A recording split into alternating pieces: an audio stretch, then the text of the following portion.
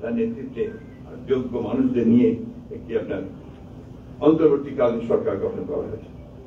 তাদের কাজ মূলত এটাকে একটা সংস্কার করে যে সংস্কারগুলো প্রয়োজন, নির্বাচন কমিশন, প্রশাসন এবং আপনার অন্যান্য জায়গায় যে সংস্কার করা দরকার সেই সংস্কারগুলো করে তারা একটা অতি দ্রুত একটা একেবারে নিরপেক্ষ নির্বাচন, অবাধ নির্বাচনের ব্যবস্থা তারা করবেন। সেই নির্বাচনের মধ্যে দিয়ে জনগণের দ্বারা নির্বাচিত একটি পার্লামেন্ট এবং সরকার গঠন হবে বলে আমরা প্রত্যাশা করি। এই বিষয়গুলি আমি আপনাদের সামনে আজকে বলার জন্য একটা সুযোগ পেয়েছি বলে আমাদের পার্টির যারা আছেন তারা সুযোগ দিয়েছেন বলে তাদেরকে আমি আন্তরিকভাবে ধন্যবাদ এবং কৃতজ্ঞতা জানাচ্ছি। সেই সঙ্গে আপনাদের একজন সাংবাদিক জনাব আবু তোরাব, তিনি শহীদ হয়েছেন এই পুলিশের গুলিতে তাকে হত্যা করা হয়েছে এবং এই ভয়াবহ ফ্যাসিবাদ তাদের যে কন্টিনিউয়াসলি কিলিং, এটা আজকের জিনিস না। আপনার এই মুভমেন্টে তারা প্রায় 1000 খানেক ছাত্র জনতাকে হত্যা করেছে। এর মধ্যে আপনার যেমন ছাত্র আছে, রাজনৈতিক দলের নেতারাও আছে, রাজনৈতিক কর্মীরাও আছে। একইভাবে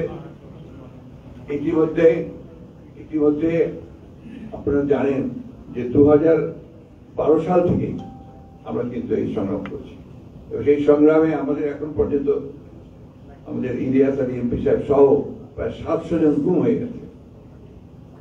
আমাদের 2000-এর ওপর বেশি মানুষকে গুলি করে হত্যা করা হয়েছে কাস্টডিতে, কারণ এটা বিভিন্ন জায়গায় হয়েছে। একই সঙ্গে আপনার মিথ্যা মামলা দেওয়া হয়েছে 1,45,000। আগে গায়েবী মামলা বলতে কোনো কথা শুনতাম না, জানিও না, এটা জানাও ছিল না। এরা গায়েবী মামলা করতে কোনো ঘটনাই ঘটেনি, মামলা দিয়ে রেখেছে 2000-3000 লোকের করেছে।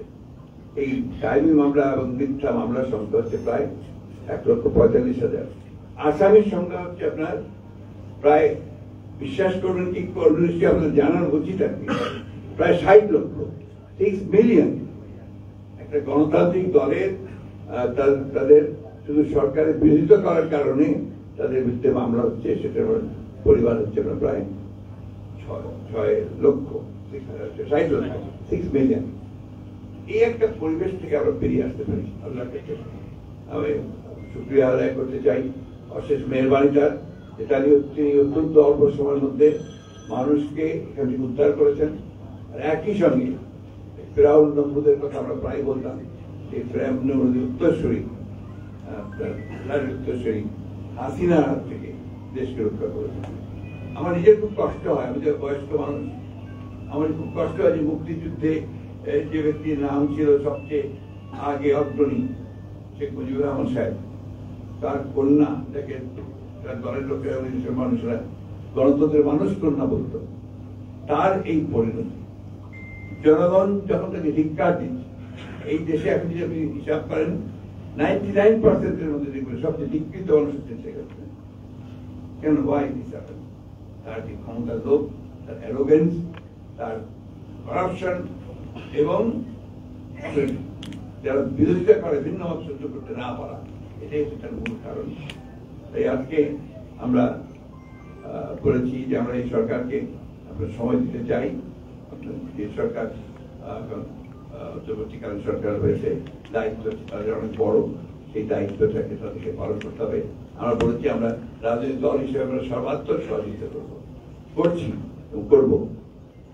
একটি কথা আমি যুক্ত করতে চাই, ইতিমধ্যে দেখা যাচ্ছে যে কিছু কিছু সংগঠন, হয়তো সরকারি কোন সংগঠন, আপনার গ্রাম পুলিশ অথবা আপনার শিক্ষকদের মধ্যে, তারা হঠাৎ করেই তাদের দাবি দেওয়ার নিয়ে রাস্তায় নেমে গেছে। এতদিন তারা কোথায় ছিলেন? যেই আপনার একটা মুক্ত সরকার এসছে, তারা কাজ করার চেষ্টা করছে, তাদেরকে সেই সময়টুকু না দিয়ে তারা রাস্তায় নেমে গেছেন তাদের দাবি দেওয়া। এটাকে আমার কাছে কিছু স্বার্থপরতা মনে হয়। অবশ্যই দাবি দেওয়া থাকবে, দাবি দেওয়া নিয়ে তারা কথাও বলবেন, সেই দাবি দেওয়া পূরণও করবে সরকার। ইলেকশন, একটা নির্বাচন হচ্ছে, নির্বাচিত সরকার আসুক, আসলে তারা তাদের দাবি দেওয়া করছে। এটা একটা ইন্ডিয়ান গভর্নমেন্ট, একে তার জঞ্জাল পরিষ্কার করার সুযোগ দেয়। আমি কথা এই ধরনের দাবি দেওয়াগুলো নিয়ে এই মুহূর্তে তদন্ত প্রক্রিয়া সরকার সামনে তুলে দেওয়াটা কোনো মতেই যুক্তিসম্মত না। সবশেষে আমি আপনাদেরকে আন্তরিক ধন্যবাদ এবং কৃতজ্ঞতা জানাতে চাই এই অল্প নোটিশে আপনারা এখানে উপস্থিত হয়েছেন। আর একই সঙ্গে আমার একটা আহ্বান আছে আপনাদের কাছে, এই দেশটাকে গড়ে তুলবার জন্য আমাদের সন্তানেরা যারা বুকে রক্ত ঢেলে দিয়েছে। আমি আজকে আপনার সব পত্রিকা দেখছিলাম, মাহিন নামে একটি ছেলে, একমাত্র সন্তানের পরিবারে, তার চুল হচ্ছে ট্রেন, চোখ ফুলো কটা, বাপ মায়ের খুব আশা ছিল যে তাকে তার একজন অত্যন্ত সফল মানুষ হিসেবে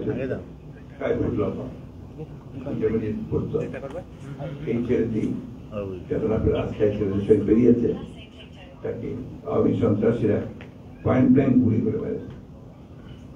এটা একটা না, অসংখ্য ঘটনা আমরা দেখলাম। এবং আজকে দেখলাম যে আপনার মোট শিশুদের মৃত্যু সংখ্যা 89। পত্রিকা আজকে আপনাদের পত্রিকা আপনি লিখেছেন তেমন একটা ভয়াবহ সরকারকে পড়েছিলাম, যারা শিশু, কিশোর, তরুণ, নারী কারোর কথা বাদ বিচার করেন, সামনে যাকে বেশি গুলি করে ফেলেছে তার ক্ষমতার দিকে থাকবার জন্য। তারা অশেষ ক্ষমতা আমরা সেখান থেকে বেরিয়ে এসেছি। এখন আমরা সবাই মিলে আবার সুযোগ নিয়ে আমরা এটাকে নির্মাণ করি, বাংলাদেশকে চিরতরে এটা যেন গণতান্ত্রিক রাষ্ট্র হয়। প্রত্যেকবার নির্বাচন আসবে আর মারামারি করতে হবে, সেটা যেন না হয়। মানুষের অধিকার, তার যে অধিকার আছে কথা বলার অধিকার, সেই অধিকার যেন প্রতিষ্ঠিত হয় এবং আমরা আমাদের নিজেদেরকে যেন গড়ে তুলতে পারি, সেই যেন একটা সমাজ, সেই ধরনের একটা রাষ্ট্র যেন আমরা নির্মাণ করতে পারি। এটাই হওয়া উচিত আমাদের সকলের উদ্দেশ্য। আপনাদের আরো একটা কথা আমি বলতে চাই, এই আন্দোলনের মধ্য দিয়ে দেশের এবং কাজে দিয়ে মুক্ত হয়েছে এবং তিনি কখনো মাথা মতো করেন। সাকসেস দেখেন তিনি কিন্তু একবার মাথা নত করেন, সেই মাথা উঁচু করেই আন্দোলনের মধ্য দিয়ে তিনি বেরিয়ে এসেছেন। আমাদের নেতা তারেক রহমান সাহেব এখনো দেশের বাইরে আছেন, তার বিরুদ্ধে অসংখ্য মিথ্যা মামলা দিয়েছে, সাজিয়েছে মামলাগুলো। আমাদের কথা বাদ দিন, আমরা তো আছি, আমরা করছি মামলা মুক্ত নেই, তার বিরুদ্ধে সেই সমস্ত মামলা অসংখ্য দিয়েছে, সেগুলো আমরা অবশ্যই চেষ্টা করছি আইনগত ভাবে যেন তার সমাধান করতে পারি, চেষ্টা আমরা করছি। আপনারা এখানে অনেকেই আছেন যারা মামলা শিকার হয়েছেন, কেউ তো বাদ পড়েন, সবাই এগুলো কম বেশি শিকার হয়ে গেছে। এখন একটা নতুন বাংলাদেশ যেন আমরা শুরু করতে পারি, তৈরি করতে, নির্মাণ করতে পারি, সেই লক্ষ্যে আসলে আমরা সবাই একসাথে কাজ করি। আপনাদের সকলকে ধন্যবাদ। যদি আপনাদের কোনো প্রশ্ন থাকে আমাকে করতে পারেন নিশ্চয়ই।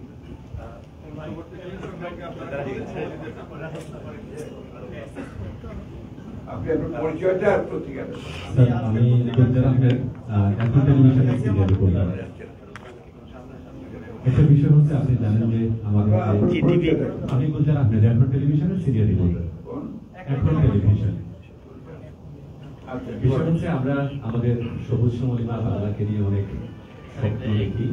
আমরা চাই যে আমাদের রাষ্ট্র বিশ্বের দরবারে মাথা উঁচু করে দাঁড়ায়।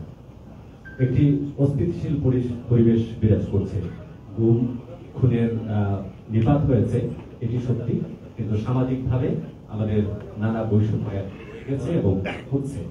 এক্ষেত্রে বিএনপি হচ্ছে বাংলাদেশের সবচেয়ে বড় একটি রাজনৈতিক দল এবং আপনাদের নেতা কর্মীরাও যথেষ্ট পরিমাণ রয়েছে এবং তারাও দায়িত্বশীল।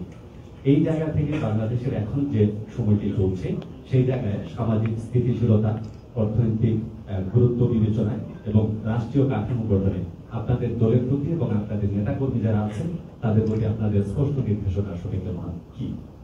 আমরা স্পষ্ট নির্দেশনা দিয়েছি। আমাদের প্রথম নির্দেশনা আছে যে আমরা এই সরকারকে সমর্থন করি।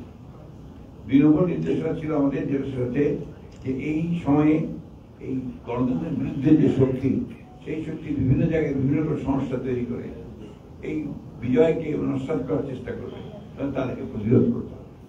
3 নম্বর হচ্ছে যে সেই সময় আপনার একটা সাম্প্রদায়িকতা সৃষ্টি করার চেষ্টা হয়েছে এবং সংখ্যালঘু সম্প্রদায়ের কে অত্যাচার করার জন্য একটা আপনার ন্যারেটিভ তৈরি করার চেষ্টা করা হয়েছে, যেটা আমরা বলেছি পরিষ্কার যে আমরা প্রতিটি ওয়ার্ডে ইউনিটে আমরা যেটাকে বলি যে আপনার কমিটি তৈরি করেছিলাম এগুলো প্রতিরোধ করার জন্য। দেখেন একদিন 2 দিন তারা এগুলো বলতে পেরেছে, এখন কিন্তু আমরা সব জায়গা থেকে আবার স্থিমিত হয়েছে, এখন আর এই ধরনের কথা কেউ বলতে পারছে না। আর কিছু কিছু জায়গায় গোলযোগ সৃষ্টি করার যারা চেষ্টা করছে, এরা কেউ বিএনপির লোক বলে মনে করি না, এরা নিশ্চয়ই সন্ত্রাসী দুর্বৃত্ত।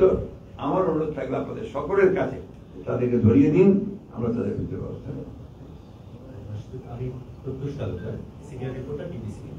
আমার ছোট দুটি প্রশ্ন করবো। প্রথম প্রশ্ন হচ্ছে, আপনি বলেছেন যে আসলে এই গেল কয়েক বছরে আওয়ামী লীগ সরকার বিভিন্ন অর্গান নষ্ট করে দিয়েছে এবং বিভিন্ন সমস্যা তৈরি করে দিয়েছে। তারপর সম্প্রতি যে গণঅভ্যুত্থান হয়েছে, সেই অভ্যুত্থানে কিন্তু বেশ কিছু পুলিশ সহ বেশ কিছু প্রতিষ্ঠান ক্ষতিগ্রস্ত হয়েছে।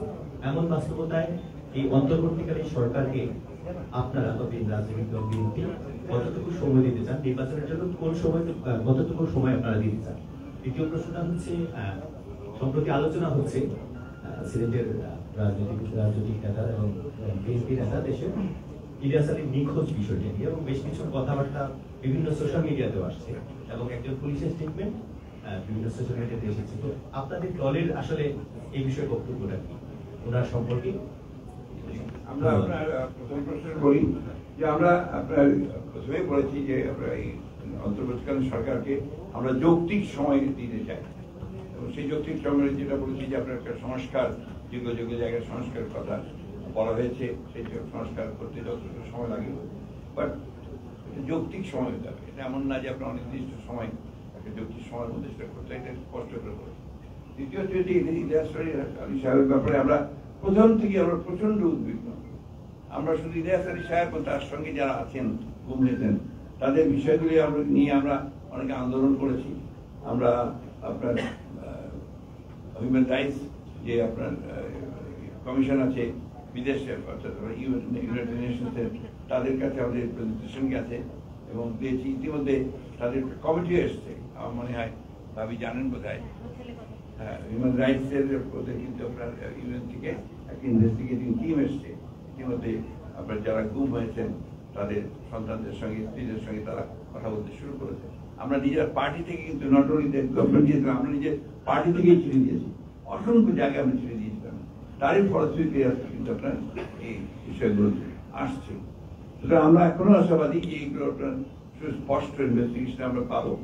এখন ইলিয়াস আলী সাহেব বেঁচে আছেন কি বেঁচে নেই এটা আমরা এখনো বলতে পারছি না, কারণ আমাদেরকে কর্তৃপক্ষ যারা রেসপন্সিবল এটার জন্য, আর্মি অথবা আপনার পুলিশ, তারা এখন পর্যন্ত, স্বরাষ্ট্র মন্ত্রণালয়, তারা এখন পর্যন্ত আমাদেরকে সুনির্দিষ্টভাবে কোনো কিছু বলেন। আমরা এই চাপ অব্যাহত রেখেছি। আমরা পরিষ্কারভাবে জানতে চাই যে ইলিয়াস আলী আমাদের মধ্যে আছেন কি নেই, কারণ তার পরিবার এখনো সেই জিনিসটা না জানার পরে তারা যে তাদের একটা রিলিজিয়াস ব্যাপার আছে, তাদের সাংসারিক ব্যাপার আছে, তাদের বৈষয়িক ব্যাপার আছে, সেগুলো কোনোটাই তারা সমাধান করতে পারছে না। এই বিষয়গুলো আমরা অত্যন্ত সিরিয়াসলি আমরা কাজগুলো করছি। আমি বসে আমি কাজ করি ফিনান্সিয়াল এক্সপ্রেস পত্রিকায়। একটা বিষয়, এই পরিবর্তনের যে কথাটি এসেছে, রাজনৈতিক ক্ষেত্রে ব্যাপক পরিবর্তন ঘটে গেছে, কিন্তু এই সুযোগে কিন্তু বিভিন্ন জায়গায় নানান ধরনের দখলদারি বিষয় উঠে আসছে বিভিন্ন জায়গায়। এখন কি আমাদের প্রত্যন্ত অঞ্চলে হচ্ছে এবং কখনো কখনো রাজনৈতিক দলগুলোর নাম আসছে, বিশেষ করে বিএনপি বা এর অঙ্গ সংগঠনগুলোর নাম কিন্তু খুব জোরে সোরে আসছে। এই সমস্ত বিষয়ে যদিও কেন্দ্রীয় এবং আমাদের স্থানীয় নেতৃত্বের পক্ষ থেকেও কিছু কিছু বিবৃতি এসছে, আমার মনে হয় এই বিষয়টি নিয়ে আপনাদের আরো স্পষ্টতর অবস্থান প্রয়োজন। তা না হলে সাধারণ মানুষের মধ্যে এক ধরনের বিশ্বাস এসে যাচ্ছে যে অমুক দলের জায়গায় এখন অমুক দল দখলদারিতে নেমেছে। এটি কিন্তু অত্যন্ত ঘোরতর একটি অভিযোগ এবং এটি সম্ভবত সারা দেশেই হচ্ছে, পত্রিকা যেটি দেখা যাচ্ছে। এই বিষয়ে আপনাদের আরো কোনো স্পষ্টতর অবস্থান থাকবে কিনা? ধন্যবাদ আপনাকে, অত্যন্ত একটা পার্সোনাল কোশ্চেন নিয়ে আসার জন্য। হ্যাঁ, এই ধরনের একটা আপনার গসিপ আছে, তবে আপনার আমি একটা জিনিস বলি, ঘটনা একদম ঘটছে না তা না। আমি আগে বলেছি যারা এগুলো ঘটাচ্ছে তাদেরকে আমরা অন করি না, তারা আমাদের দলের বলে আমরা মনে করি না, এবং আমাদের দলের নির্দেশ আছে সব জায়গায় প্রতি ক্ষেত্রে এই ধরনের ঘটনার সঙ্গে সঙ্গে স্থানীয় যারা দায়িত্বে আছেন তারা তাদের বিরুদ্ধে ব্যবস্থা নেবেন। আমরা কেন্দ্রীয়ভাবে ব্যবস্থা নেব এবং তাকে তুলে দিতে হবে আইন শৃঙ্খলা রক্ষাকারী বাহিনীর হাতে। এটা আমাদের সুস্পষ্ট ঘটনা আছে। দ্বিতীয় হচ্ছে যে কোনো বিপ্লবের পরে আপনার এই ধরনের কিছু কিছু ঘটনা ঘটে, আমি I am not defending it, but এটা ঘটে, এটা বাস্তবতা। ওইখান থেকে আমাদের দায়িত্ব হচ্ছে যে সবাই সমাজের সর্বস্তরের মানুষকে নিয়ে প্রতিরোধ সৃষ্টি করা যায়। যারা ফ্যাসিবাদের বিরুদ্ধে রুখে দাঁড়াতে পারে। যারা পুলিশ এবং অন্যান্য আইনশৃঙ্খলা বাহিনীর বুলেটের সামনে বুক পেতে দিতে পারে, তারা এই ধরনের ছোটখাটো বিষয়গুলো কন্ট্রোল করতে পারবে না, এটা বিশ্বাস করি না। যেটা দরকার সেটা আন্তরিকতা, রাজনৈতিক কমিটমেন্ট, সেই কমিটমেন্ট বিএনপির আছে। আমি স্থানীয় আমি অনুরোধ করবো, যখনই এই ধরনের কোনো সংবাদ পাবেন, ঘটনা করবেন, রাইট এট দ্য মোমেন্ট আপনার অ্যাড্রেস করবেন এবং তার যদি ব্যবস্থা নেবেন, তাকে আপনার আইন শৃঙ্খলা বাহিনীর হাতে তুলে দেবেন। ধন্যবাদ। Struggling for democracy from the last 15 years। আমার যেটা প্রশ্ন হচ্ছে, আমি মোহাম্মদ সিরাজুল ইসলাম, সাধারণ সম্পাদক সিলেট প্রেস ক্লাব এবং ঢাকা ট্রিবিউনের কাছে। জি, আমার প্রশ্নটি হচ্ছে, আজকে বিবিসি সহ বিবিসি বাংলা সরকারি মিডিয়া কর্তৃক নিউজ বেরিয়েছে যে কয়েকজন ব্যক্তির সংস্কারে বিএনপি বিশ্বাস নেই এবং আপনারা ডক্টর ইউনূসের কাছে ইলেকশন একটা রোডম্যাপে রয়েছে। বিষয়টি হচ্ছে, আপনি যেটি বলছেন যে বিএনপি যে জঞ্জাল, কারা বলেছেন যে আপনার বিএনপির সংস্কার বিশ্বাস নেই? এটা আছে বিবিসি বাংলা সরকারি মিডিয়া প্রকাশ করেছে। বিবিসি বাংলা? জি, বিবিসি বাংলা কোথেকে পেরুনি? দৈনিক সংবাদের একটি তারা কোড করে করেছে। দৈনিক সংবাদকে কোট করেছে। জি জি, এটা বিবিসি বাংলাতে এটা একদম একেবারেই আপনার একটা বাজে একটা কথা। এবং আমরা সংস্কারের কথা আমরা প্রথম থেকে বলছি, আমরা তো সংস্কার দিয়েছি, প্রোগ্রাম 31 দফা দিয়েছি আমরা। আমরাই তো আপনার তারও অনেক আগে আমরা নিজেরাই সংস্কার রাষ্ট্র কাঠামো পরিবর্তন আপনার সংস্কারের প্রোগ্রাম দিয়েছি। প্রত্যেকটা জেলায় আমাদের লোক আছে পত্রিকা। সুতরাং এই ধরনের যারা কথা বলেন, এরা সঠিক কথা বলেন না। আপনি যেটা বলছেন যে রোডম্যাপের যে বিষয়টি, আমরা দেখি যে জঞ্জাল যে বিষয়টা, ইলেকশন কমিশন কিংবা এক্সিকিউটিভ আমরা কিন্তু তেমন কোনো সংস্কার হয় না। এবং এই সংস্কারের বিষয়ে আপনারা ডক্টর ইউনূস ভাই ইন্টারিম গভর্নমেন্টকে কেমন সময় দিবেন? এই কথা আমি আগে উত্তর দিয়েছি, এটা একটা যৌক্তিক সময়। যেমন ইলেকশন কমিশন ঠিক করতে হবে, তাই না? রিফর্ম, আপনার অ্যাডমিনিস্ট্রেশনকে রিফর্ম করতে হবে, যা আছে এগুলো খুব বেশি সময় লাগার কথা না। আমরা দেখেছি যে আপনার লতিফুর রহমান সাহেবের গভর্নমেন্ট যখন ছিল, 3 মাসের মধ্যে ওনারা একবার সব ক্লিন করে ফেলেছে। খুব কঠিন কাজ না। হ্যাঁ, আপনার এখানে এত গভীরে গেছে আমাদের টাইম, সেটাকে একটা মূলত পাঠন করতে হলে তো আপনার 10 বছরের নিচে হবে না। 10 বছর তো জাতি অপেক্ষা করবে না। আপনাকে সেগুলো জনগণের প্রতিনিধিদের মাধ্যমে সংস্কার টানতে হবে। আপনি করলেন, পরিষদ র্যাটিফাই করতে হবে না, পার্লামেন্টে নিতে হবে না, আপনার তো অ্যাকাউন্টেবল থাকতে হবে। সব অ্যাকাউন্টেবিলিটির সবচেয়ে আগে দরকার। অর্থাৎ একটা ইফেক্টিভ পার্লামেন্ট যদি না থাকে, সেখানে যদি আপনার জবাবদিহিতা না থাকে, তাহলে সেটা কখনোই আপনার সুষ্ঠু গণতন্ত্র হতে পারে না। এই জন্য আমরা খুব পরিষ্কার করে বলেছি যে আমরা অবশ্যই সংস্কার, আমাদেরই প্রস্তাব আছে সংস্কার করার জন্য। এই সংস্কারগুলো নিয়ে আমরা কথা বলতে পারি। আমরা রাজনৈতিক সংলাপের কথা বলেছি, আলোচনার কথা বলেছি। এটা নিয়ে কোনো প্রশ্ন থাকা উচিত, বিতর্ক থাকা উচিত। আমরা উই আর ভেরি ক্লিয়ার যে আমরা সময় দিতে চাই, যৌক্তিক সময় যেটা প্রয়োজন সেটা আমরা দেবো। উই উইল কোঅপারেট, আমরা সহযোগিতা করবো। তবে রাজনৈতিক দলগুলোকে অবশ্যই আস্থার মধ্যে নিয়ে তাদের সঙ্গে কথা বলতে হবে, সংলাপ করতে হবে। সংস্কার আমরা তো 31 দফা দিয়েছি, তা আমাদের 31 দফা নিয়েও তো আলোচনা করতে হবে, তাই না?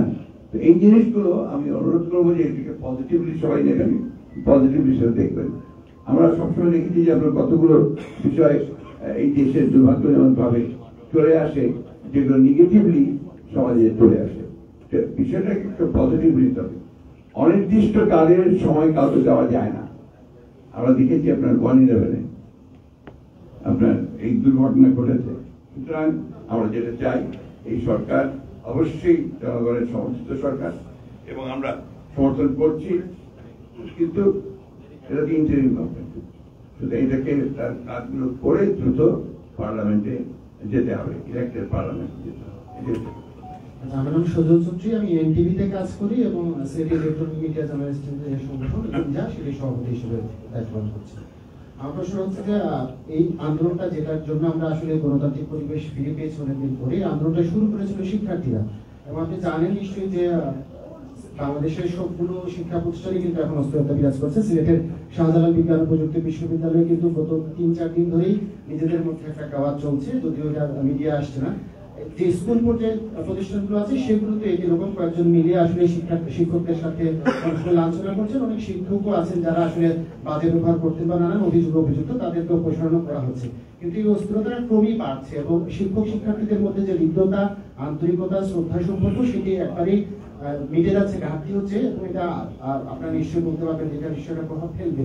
এই বিষয়ে সবচেয়ে সক্রিয় রাজনৈতিক দল হিসেবে বিএনপির কোনো পদক্ষেপ আছে কিনা শিক্ষা প্রতিষ্ঠানগুলোকে? সাথে আরেকটা প্রশ্ন করতে চাই যে সিলেটের রাজনৈতিক মামলা বা যে মামলাগুলো হয় সাধারণত আমরা দেখি অনেক সময় ভালোভাবে নাম চলে আসে। আমরা একদম নির্দিষ্টভাবে মেনশন করতে চাই, সিলেটে একটি মামলা হয়েছে যেটিতে চ্যানেল আয়ের প্রতিনিধি সাদিকুর রহমান সাকিকে আসামি করা হয়েছে।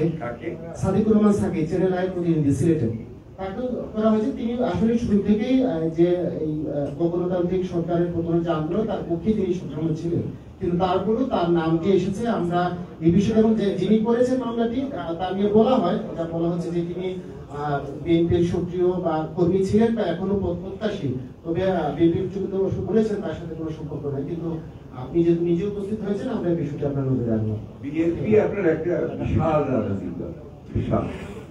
এখানে আপনার অনেকেই থাকেন, অনেকে গার্ডেনে থাকেন, অনেকে বিভিন্ন রকম লোক থাকেন, কিন্তু আমার মনে হয় না যে বিএনপির কোনো দায়িত্বশীল নেতা বা কর্মী এই ধরনের ঘটনার সঙ্গে জড়িত থাকবেন। হ্যাঁ, তবে আপনার যে মামলা করার যে প্রবণতা, বলি না এই ধরনের যে প্রবণতাটা যেটা কারণ হচ্ছে, একটা কারণ আছে আপনার। কারণ বিএনপির বিরুদ্ধে যে মামলাগুলো হয়েছে বা আপনার বিরোধী দলগুলোর যে মামলাগুলো হয়েছে, এই মামলাগুলো কিন্তু আপনার এই 100-150 না, 2000-3000 লোকের বিরুদ্ধে মামলা হয়েছে। কয়েকটা নাম দিয়েছে, তারপরে আপনি 2000, ওটা বাণিজ্যের কারণে, পুলিশের বাণিজ্যের কারণে করেছে।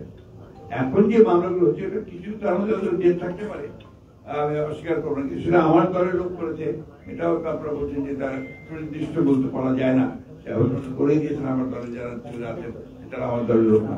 আর যদি তারা করে থাকে এরকম কেউ, আপনার নিয়ে যে ওদের নেতাদের নলেজে নিয়ে আসবেন, ওটা ব্যবস্থা নেবেন। তবে আমি তো মনে করি না যে আমাদের দলে এই ধরনের মামলা করছে। শিক্ষা প্রতিষ্ঠানের ব্যাপারটা এটা শোনেন, 1971 সালের স্বাধীনতা যুদ্ধের পরে আমি তখন আপনার যুদ্ধের পরেই আমি আপনার তখন সরকারি কলেজে যোগ দিই শিক্ষক হিসেবে, দিনাজপুর কলেজে যখন কাজ করতাম। তো পরীক্ষা আসলো, সেটা বললো যে আমরা পরীক্ষা দেবো না, প্রথমে স্বাধীন হয়ে গেছে দেশ, সুতরাং পরীক্ষা দেবো না। তো ওরা পরীক্ষা দিল না প্রথমটা, তখন অটো গ্রাজুয়েশন একটা দেওয়া হয়েছিল, মনে আছে, অটো পাস, তাই না? একইভাবে কিছুদিন পরে আবার বললো যে পরীক্ষা দেবো, কিন্তু আপনারা কেউ পাড়া দিতে পারবেন না, ইনভিজিলেশন হবে না। এইগুলো আপনার যে সমস্যা তৈরি আছে, এটা নট যে আপনার, এগুলো আমরা কখনোই সমর্থন করি না। আমি মনে করি যে অতি দ্রুত এগুলো সমাধান হয়ে যাবে। অলরেডি যেটা হচ্ছে যে বাড়ছে, এটা বাড়বে না, কমবে। ইতিমধ্যেই যারা অভিভাবক বা আপনার সমাজের দায়িত্বশীল মানুষ তারা এগুলো কথা বলতে শুরু করেছেন। এটা তো একটা সামাজিক আন্দোলন, সামাজিক আন্দোলনের মধ্যে দিয়ে এটা আপনি স্থিরিত হবে। ঠিক আছে, থ্যাংক ইউ। হ্যাঁ, আপনার রাইট আছে বলার, আপনি নারী বলেন। আমি কাজ করে দৈনিক খবরের কাগজের সিলেট ব্যুরো অফিসে নিজস্ব প্রতিবেদক হিসেবে আছি, পাশাপাশি আমি সিলেট উইমেন্স জার্নালিস্ট ক্লাবের সাধারণ সম্পাদক। তো আমি আসলে দুইটা প্রশ্ন। প্রথমত হচ্ছে, দীর্ঘদিন দমন নিপীড়নের শিকার হয়েছেন আপনারা। এখন যদি দেখা যায় যে একটা প্রেক্ষাপট তৈরি হয়, গণতান্ত্রিক প্রেক্ষাপট, নির্বাচন হয় বা আপনারা ক্ষমতায় যান, আপনারাও কি অপোজিশনের সাথে দমন নিপীড়ন চালবেন বা এই পথেই হাঁটবেন কিনা? আপনারা নিশ্চয়ই আমাদের এই জয়লাভের পরেই আমাদের দেশনেত্রী বেগম খালেদা জিয়া যে ভাষণ জনসম্মুখে দিয়েছিলেন, সেটা আপনারা লক্ষ্য করেছেন। তিনি বলেছেন যে আমাদের কোনো অত্যাচার হয়েছে, নিপীড়ন হয়েছে, নির্যাতন হয়েছে। ঠিক, কিন্তু আমরা প্রতিশোধ, হিংসা রাজনীতি করবো না, আমরা ভালোবাসা সম্প্রীতি রাজনীতি করবো। আচ্ছা, আমার দ্বিতীয় প্রশ্ন হচ্ছে যে বৈষম্য বিরোধী ছাত্র আন্দোলনের যে ছাত্ররা আছে বা যারা আছেন, তারা ইতিমধ্যে একটি রাজনৈতিক দল গঠন করার মতো একটা প্রক্রিয়া তারা আছেন বা বোঝা যাচ্ছে যে তারা করবেন, এবং এমন হতে পারে তারা রাজনৈতিক দল গঠন করে সামনের নির্বাচনে তারা অংশগ্রহণ করবেন। প্রশ্নটা হচ্ছে, যেহেতু এই ধরনের কোনো ইনফরমেশন আমার কাছে নাই। না, আপনার কাছে নাই, আমরা এটা বলতেছি। আমার কাছে না থাকলে আপনার করতে গেলে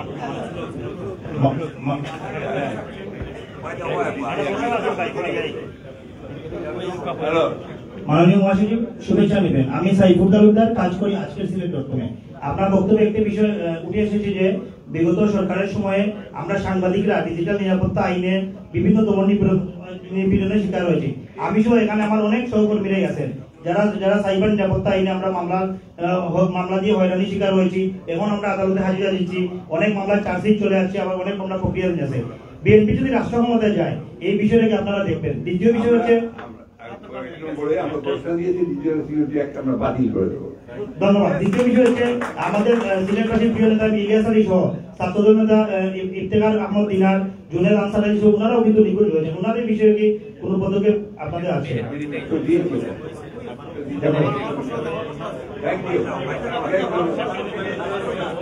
অনেক ধন্যবাদ।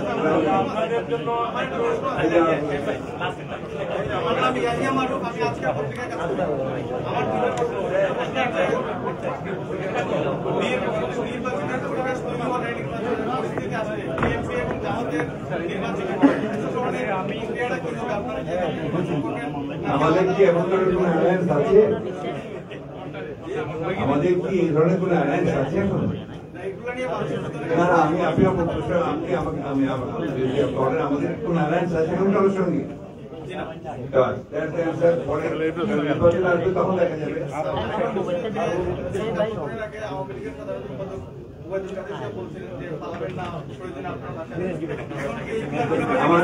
আমার দুর্ভাগ্য যে উনি আমার বাসায় এসে ওঠেন।